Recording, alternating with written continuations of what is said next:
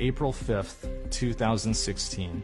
This is an idyllic Southern California spring day. As I'm walking out to take the kitchen garbage out, I turn around the corner and pass a big white windowless van. All of a sudden the door swings open and this tall uniformed guy steps out and he has a piece of paper in his hands and he says, "Are you David Daleiden?" And he says, "I'm with the California Department of Justice. We have a search warrant for your home." And he hands me the warrant.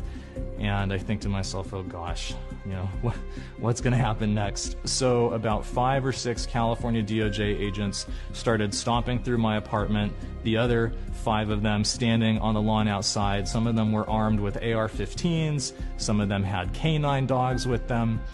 They had come for me.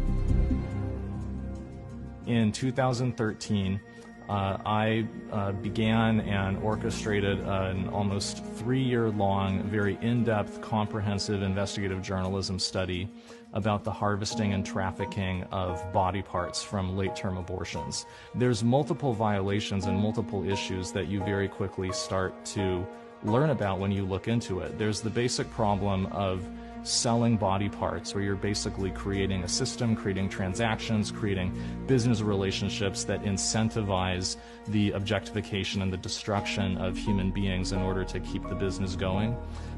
So for about 30 months, we went undercover with the explicit purpose of partnering with some of the biggest Planned Parenthood abortion clinics in the country to send their technicians in, harvest body parts from the abortions that were being done that day, and then package up the parts and ship them off to different customers all around the country, sometimes around the world. In July of 2015, we began to release the Undercover video series. I had been hoping that this was something that would, that would maybe generate 100,000 views or something. Instead, what happened was even bigger than I could have imagined. Within less than a week, we had close to 3 million views on YouTube of the first video, and multiple congressional committees announcing that they were launching federal investigations of Planned Parenthood's involvement in fetal trafficking and fetal experimentation. The truth got out there, and the words of Planned Parenthood's own leadership describing their organization's participation in these activities went viral and was being publicized for the whole world to see. Looking back on it from the information that we know now, I now know what was going on. That Kamala Harris, at the explicit instruction of Planned Parenthood, had targeted me, and me alone, among all undercover video news gatherers in the state of California, to enforce the California video recording law against me and to punish me for speaking the truth about her powerful campaign donors at Planned Parenthood. What we've come to learn in the years since, just 2 weeks before serving the search warrant on my home, Kamala Harris had a secret meeting in Los Angeles with several top-level executives of Planned Parenthood in California.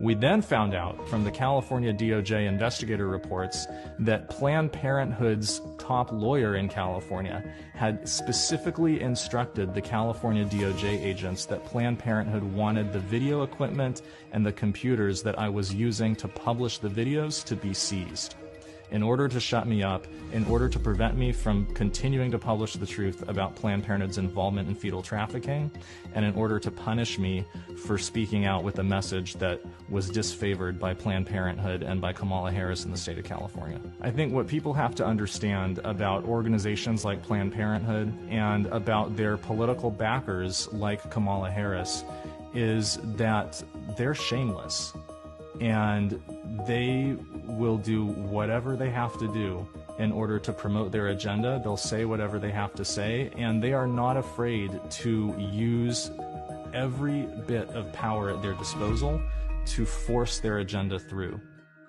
Kamala Harris is the single greatest threat to First Amendment civil liberties that our country has ever seen. If Kamala Harris is elected to be a heartbeat away from the highest office in the United States of America, you will have someone in the White House who has a radical contempt and disrespect for First Amendment civil liberties, someone who believes that she's entitled to use the powers of her office in order to punish the viewpoints of citizens who disagree with her.